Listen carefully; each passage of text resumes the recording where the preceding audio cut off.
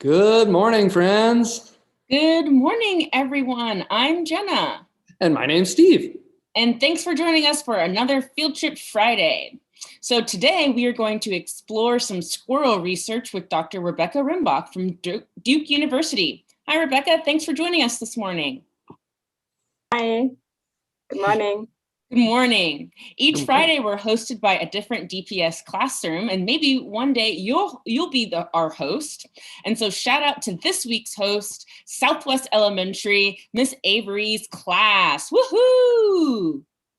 Yeah, there's your school. Good to see y'all. Welcome, welcome, welcome, Southwest. Okay. So Steve, are you almost ready to get the video started? Yeah, I think I'm about ready. Southwest, feel free to blow up the chat. Jenna will be moderating that space, and so I look forward to seeing your chats as well. But I'm usually kind of managing some other stuff. But yeah, enjoy, ask questions, and we'll see you on the other side. I'm excited to share this video. We had such a good time learning about squirrels. Let me get this going. Alrighty.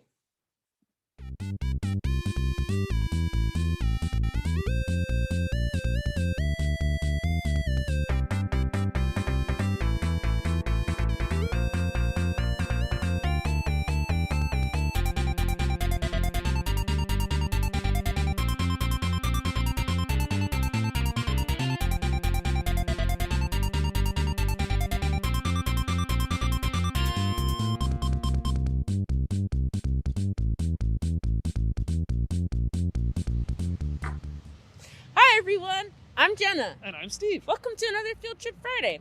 Where are we today, Steve? Today, we are clearly at Duke University. And we're going to be meeting Dr. Rebecca Rimbach. She does research comparing the differences between squirrels that live in this urban environment here on campus and the squirrels that live out in a more natural environment in Duke Forest. She looks at the health differences between those different populations of squirrels. Cool. Why don't we go meet her? Let's go meet her. Hey, I'm Rebecca Rimbach and I'm a postdoc from Duke University.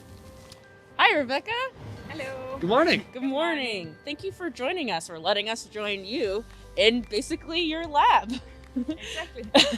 So can you tell us, what you're researching and why you're researching it on Duke campus? Okay, so I'm interested in urbanization and how it affects the health of squirrels because, the human population is growing exponentially and cities are growing and it's taking more and more habitat. And as you can see, this is pretty different from a forest. Mm-hmm. So there are roads, there are humans, there are cars, there's noise, there might be pollution. And I'm interested to understand how this affects squirrel health, whether this is positive or negative. Cool. And so you're kind of comparing this environment to, so what's the other environment that you're looking at? The other environment is Duke Forest. So the Duke Forest has different divisions and I'm working in one of them. It's relatively far away from the city Durham. Cool. So when you say that you're looking at squirrel health, how do you measure health?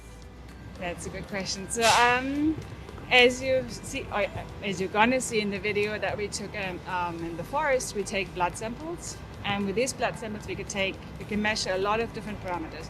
So we can look at organ function, we can look at electrolyte balance, we measure cholesterol and triglycerides that give us an idea of what they're eating and whether, in humans that are obese or overweight and they're not moving a lot, they have very high levels of cholesterol and triglycerides, and this can be really unhealthy and cause, even heart attacks. So we're interested in understanding whether squirrels that might eat a lot of trash, whether they also have high levels of these two lipids. And then we also look at immune response, our immune system. We make blood smears and count white blood cells to assess whether there might be differences between the forest and the campus squirrels. So how does that sampling part work? So there are actually 5 different data sets that I'm collecting. I take the blood samples here on campus together with 2 vets and in the forest. We trap squirrels to measure body mass, to look at sex ratios and how whether they're reproductively active or not. And so that's whether they're male or female and the number of males and females? Exactly, yeah. Cool. too, and whether they're lactating or potentially pregnant. Cool. Then these two. Then I do trash bin observations, where I actually determine how much time they spend in trash bins and what kind of food they're eating. And I'm trying to relate this to whether there are loads of people around or few people, but I think from the data it looks like they don't really care. So more people means more trash. Right. And that's when they spend more time in trash bins. Right. So the counteracting effect of there being more people that they could potentially be afraid of isn't enough to overwhelm the fact that there's more food for them to eat. Yeah. So there might be differences between individuals. There are more bold individuals that really don't care if they're people, and there are shyer ones, but in general it doesn't look like they care. Interesting. So we're by some of your trash cans, Yeah. right? So do you just sit at this bench to watch the trash can? Like how would you observe this trash can? I would sit over there. So there's another bench just behind the shrub. Yep. And I sit over there. So I have at least 10 meters between me and the trash bin.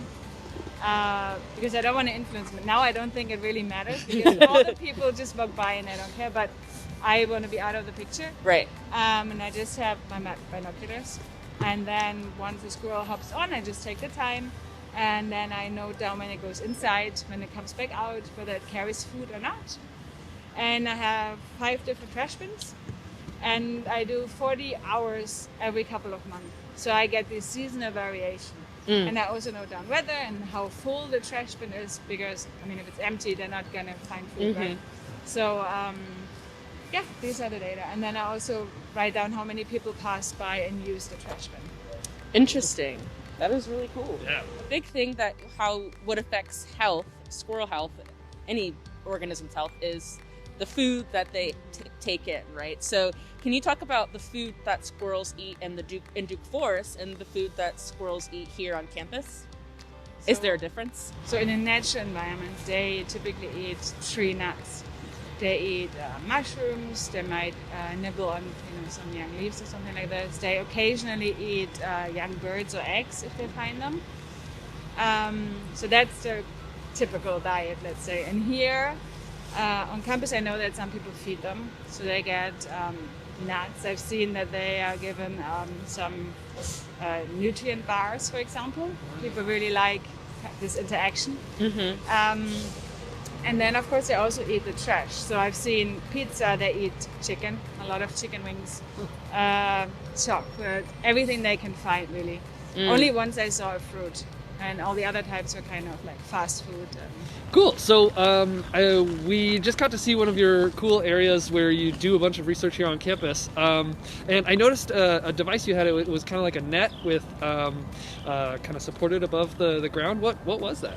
So that's a seed trap. That's what we're using to measure food availability. So we have this the seed trap, and we know the size of the seed trap, and then we have the trees above. And in autumn, when the seeds are ready, so the acorns or the pine cones or whatever, when they're ready, they fall down and they fall into the seed trap. And then I can measure how much food is there in this area and compare it to food availability in the forest. Cool. Very cool. Yeah, so you can kind of measure how many seeds are around for them to eat. Yeah. And whether they have more or less here, and whether that maybe makes them more likely to eat trash because they don't have enough.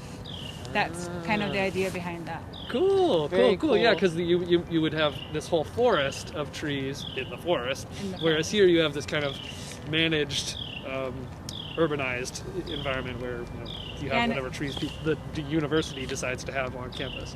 Yeah, so I think this is pretty old, this forest. So the composition of trees seems to be pretty similar to the forest, but of course it's much smaller, right? And it's very fragmented. So you have little pieces of forest, and that's the difference, I think. Cool. Mainly. Cool. Well, as long as we're talking about the forest, maybe we can go take a look at how you do your research and the work that you do out there with the veterinarians.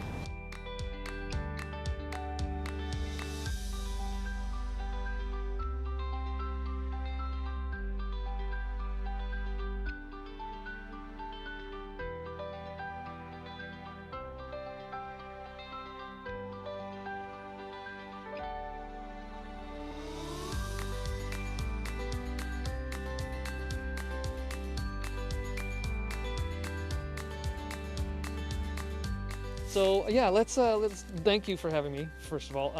Yeah, so let's introduce ourselves. Do you mind starting over there? Of course. My name is Julie Blanco. I am a veterinary anesthesiologist from NC State. Cool. My name is Olivia Petritz. I am also a veterinarian from NC State, and I specialize in zoo medicine. Thank you. So maybe you can just speak a little bit to why y'all are working together today.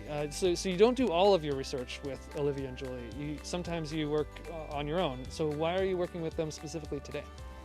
Today we're working together because we were taking blood samples, because we're taking these samples to look at very different measures of health.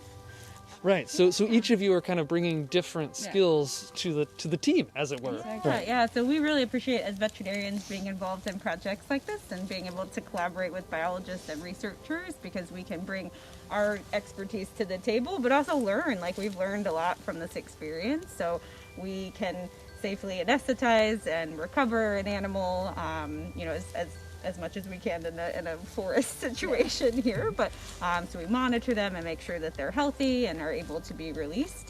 So I think we can all bring that to the table and have a good collaboration. Yeah, absolutely. The entire kind of prospect of asking the question, it kind of demands some respect for the individuals in the study, right? You're saying, okay, well, I want to answer this question about how humans are affecting the squirrels. To do so, I need to capture them, and to do that safely, you need to recruit people who have that expertise. That's cool. Yeah, and it allows us to bring all those different skill sets together and make it a safe experience for the animal and still be able to answer the question. Right. For sure. Absolutely. And I love that you also mentioned that it kind of adds confidence to you too. You can feel everybody probably. Sure. It feels better to work together. Yeah.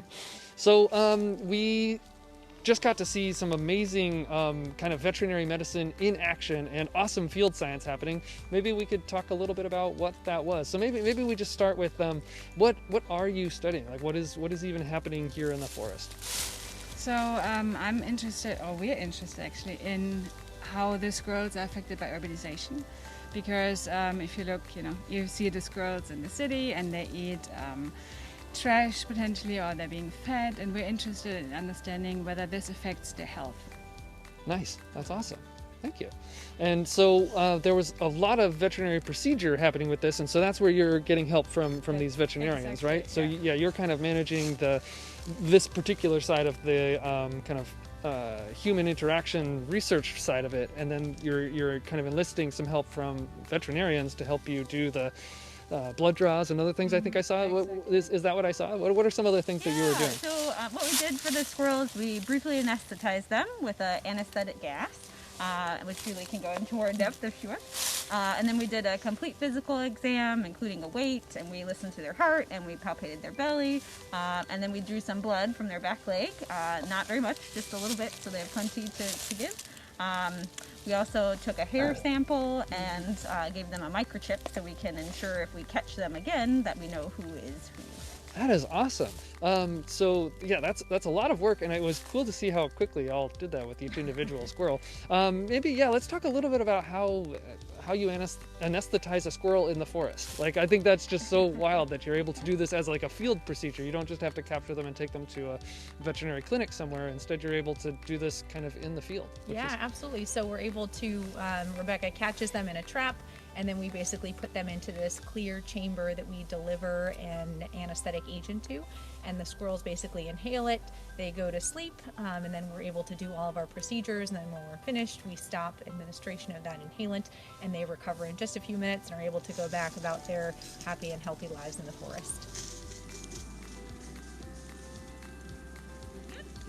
So I'm not sure how much data analysis you have done, but have you seen differences in the data for population on campus versus population at Duke Forest, or is it kind of too early to say?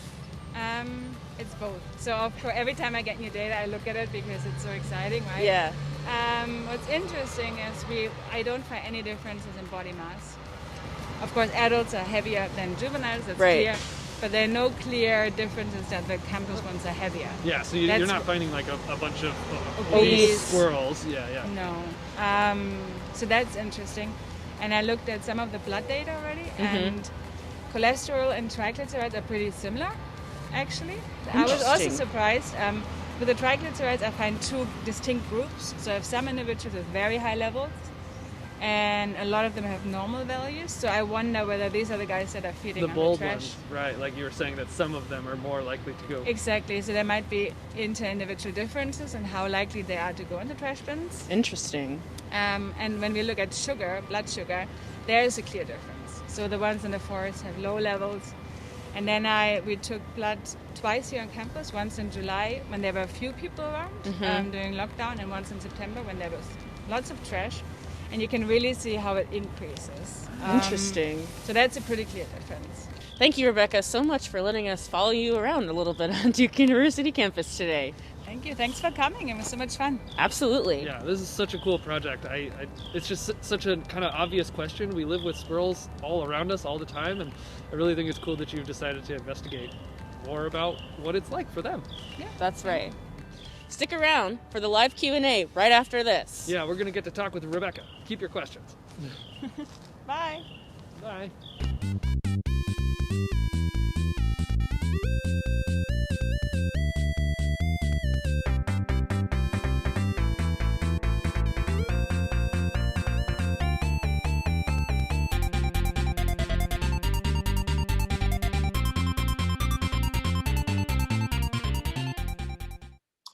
All righty.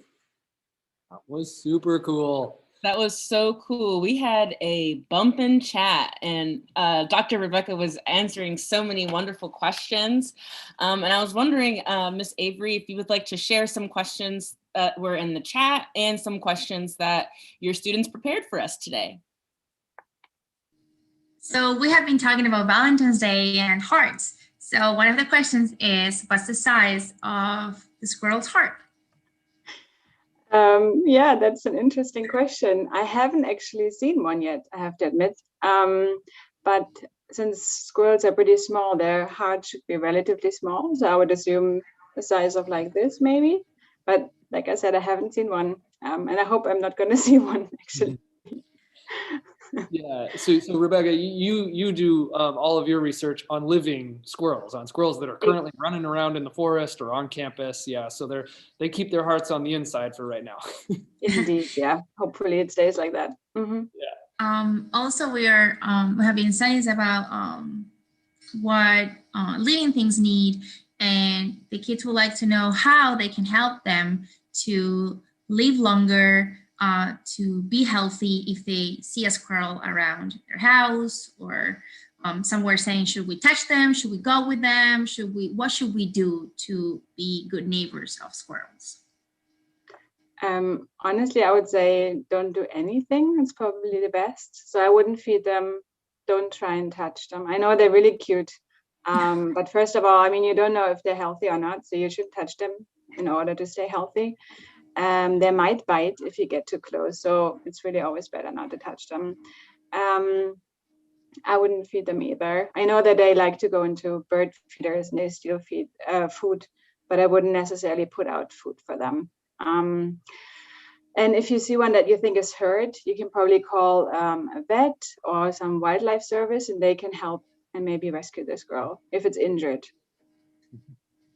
Right, and also one question that came out a lot is, why are squirrels so fast? Well, it's really important for them to be fast, right? Because they don't want to be eaten by some predator. So they're birds that like to hunt squirrels. Some maybe coyotes or something like that. They can all hunt squirrels. So it's really important that they're fast. And in the city, there's so many cars. So it's also actually quite helpful. It can be helpful that they're fast there too. And they also ask, why do they look like rats? So first of all, I don't think they look like rats. They have a really hairy tail that's different from rats. They don't have this long nose. That's also different. But they're also rodents. So they have these long teeth that are growing. That's a similarity. But otherwise, I would say they look pretty different from rats. And last but not least, my first graders want to know, why do they like nuts so much? Why is it that you relate squirrels to nuts? I I mean, it's hard to say, but nuts are really nutrient dense. So there's a lot of content that's really important for squirrels, like proteins and fats. And they're just very important for them. And the good thing is you can store them underground. So squirrels like to dig holes in the autumn, and then they bury their nuts there. And then during the winter, when there's no food or little food, they go back to where they buried the nuts and they dig them out. And it's like they're having a fridge or something, and they can just go back and get food for the winter. And a question that I have is, what made you want to research about squirrels and become a researcher? If my kids wanted to grow up to be you, what should they do? That's a very good question. The squirrels are easier to answer, I think. They're just, everywhere. When you go to new campus, you see squirrels everywhere, and they're so bold. They go to people, and they're around people all the time. They go into the trash bins. So I thought they're really cool to study and to understand, because a lot of the animals that live in urban areas or in cities, they're not always visible, but squirrels are so, abundant. And so they're abundant. So maybe it's not so bad to live in cities. So I was interested to understand, how they're being affected, or if they're affected. That's what I thought about squirrels. And becoming a researcher, well, I don't know. I always liked biology and animals. So when I was done with school, I studied biology. And then by accident or fate, I don't know, I went to South America on a trip to work with primates. And that's how I got into research. So it's really something I enjoyed a lot. And I think if you're interested in animals or plants, or there's so many areas of research, you should just try and pursue it. That's so cool. That is so wonderful, Dr. Rebecca. I was thinking about the time that we got to spend together, and it was so fun just thinking about all of the different kinds of questions you can ask, and also questions you can answer just regarding an animal that we, like you said, they're so abundant. And I think that so many times people are just so used to seeing squirrels that you don't see them anymore. Just like you said, a lot of animals you don't see in the wild, like you see them so much, you don't pay them any mind. But I think it's really cool how you're answering so many questions, or asking so many questions about something that is so common in our everyday life. Yeah, I agree. I think it's really interesting. So we didn't get, it didn't quite fit in the video in the context of the story we were telling, but Rebecca, you shared some cool trap cam. So these are cameras that are triggered when animals come near them, some of them at nighttime, like in fact, a lot of them at nighttime. And there were so many different animals that are, that are in our environment, like especially in the forest. And so, there's raccoons, there's coyotes, like Rebecca was saying. These are really important things for squirrels to be able to evade, because they're out there, but we don't typically see them. And I think it's really cool that like you said, that it's almost like sometimes as humans, we're more drawn to this like mystery, and we're like, oh, whatever, squirrels. But the reality is that it's really kind of mysterious as to why the squirrels are there in the first place. Like, why aren't they hiding like everybody else? Why are they like so comfortable, so to speak, with being in our daily lives and being, running around on the trash can? Why aren't they as, as shy? I think that's a really cool way of kind of flipping that mystery on its head a little bit and being like, wait a second, that's actually mysterious in itself. That was cool. Although I have to say, I think a lot of the animals at night, they also go to trash bins. We just don't see it because we're not there at night. But the raccoons and opossums, I'm pretty sure, and a lot of other, I guess, animals, I haven't seen them, they also go to trash bins. But I don't do observations at night, so I don't know. Yeah, absolutely. No, great point. Yeah, here at the museum, we have that happen. We see signs like in the mornings. We'll have to clean up the trash cans sometimes if we haven't cleaned them at night. Yeah. And I think that goes back to Miss Avery's class students' question about being good neighbors to animals. Is that, and that goes a part of your research as well, is like making all of these types of food available to animals that might not be a part of their natural diet. So I think some people, I know on my trash can that I have the option to kind of close it shut with a little latch, which would prevent animals like raccoons or possums or even squirrels of getting inside and then eating something that might not make them feel good or healthy. But like you said in your research, you're not finding very many differences in the health as you measure it between the Duke Forest squirrels and the Duke campus squirrels. So it's hard to say if making all of these different things are available to animals is healthy or unhealthy. But squirrels have a different type of body chemistry than raccoons or possums or any other animals. So I guess it just really depends. But closing your trash cans can help you be a good neighbor to all animals. Mm-hmm. And your actual like human neighbors too. Right? I wanted to say that, for example, from a lot of birds, it's known that eating trash can actually negatively affect them. So in birds, it seems to be maybe clearer, the pattern, compared to mammals. And for mammals, I would say there might be, differences between the species, for sure. It's hard to say. And also, I'm just measuring, blood right now, but I also don't know if these are individuals that are necessarily eating trash. And we don't know whether, the long-term effects of eating pizza and muffins. I mean, sometimes they have entire muffins that they're eating, how that affects them. So I think what you just said, it's a really good point, that trying to minimize access for animals to trash is important, especially this highly processed, fast food trash, like fries and pizza. Right, because their bodies aren't adapted to eating those foods necessarily, even though they can technically put these foods in their mouth and eat them, and maybe they even smell or taste delicious to them. That's not what they've evolved to eat. They were normally out catching their regular foods in the forest, and now we've kind of very quickly, in terms of the adaptation of their species, in terms of the changes of their kind of biological system, we've really changed their diet very quickly. And so interesting. Thank you so much, Dr. Rebecca, for joining us this morning and indulging not only our students' questions, but Steve and I's questions too. Thank you so much. I really, really appreciate it. And thank you so much to Southwest and Mrs. Avery's class. We had a blast talking with you in the chat. I also want to thank the Poncer Lab at Duke and Olivia and Julie from the NC State School of Veterinary Medicine and all of the Duke squirrels that were featured in our video today. We'd also like to thank our Durham Public School partners, Willow Austin Soha and Dr. Linda Tergurian. And thank you, Steve, for being such a wonderful host. Oh, you're a wonderful host. Thanks, Steve. And what we got going on next week? Yeah. So what we've got going on next week. Well, firstly, I just want to say thank you as well.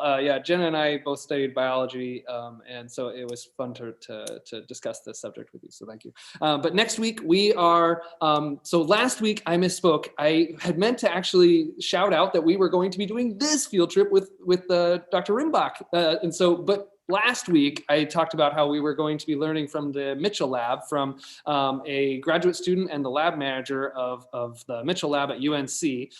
We'll be meeting them to talk about fungus that grows on in this particular case, a specific type of grass, but that grows on plants. So just like us, plants can get fungal infections, kind of like we get like athlete's foot, and it can be really uncomfortable, and sometimes if it just itches, but other times it can cause serious problems. Same thing can happen to plants. Fungi can happily live and coexist with plants, and other times certain species can be really dangerous for plants. And so this group of researchers is trying to understand the ecology of these fungal plant relationships, so the ways that these fungi and these plants interact, and specifically like in a kind of natural setting. They're really interested in seeing just how this happens like out in the wild, but also this is really important for agriculture. So the way that people raise grasses, as we learned in 2 of our previous episodes about our cheese episode with the goats and our cattle ranching episode, we learned that fescue, this particular type of grass, is really important for raising happy, healthy herds and kind of keeping the land healthy that they live on. And so we're going to talk with some researchers about that. And I look forward to it. It was really fun. They have a really cool job and a cool lab at UNC and a cool field site in Duke Forest. It's on the other side of the Duke Forest. So today we were in one part of the Duke Forest, a little bit closer to Duke campus. But in this next episode, we're going to go to the other side of the forest on the west side. Yeah, it was really fun, and I can't wait to see you all next week. Yeah, thanks, y'all. Great questions. care. See you, friends. Bye.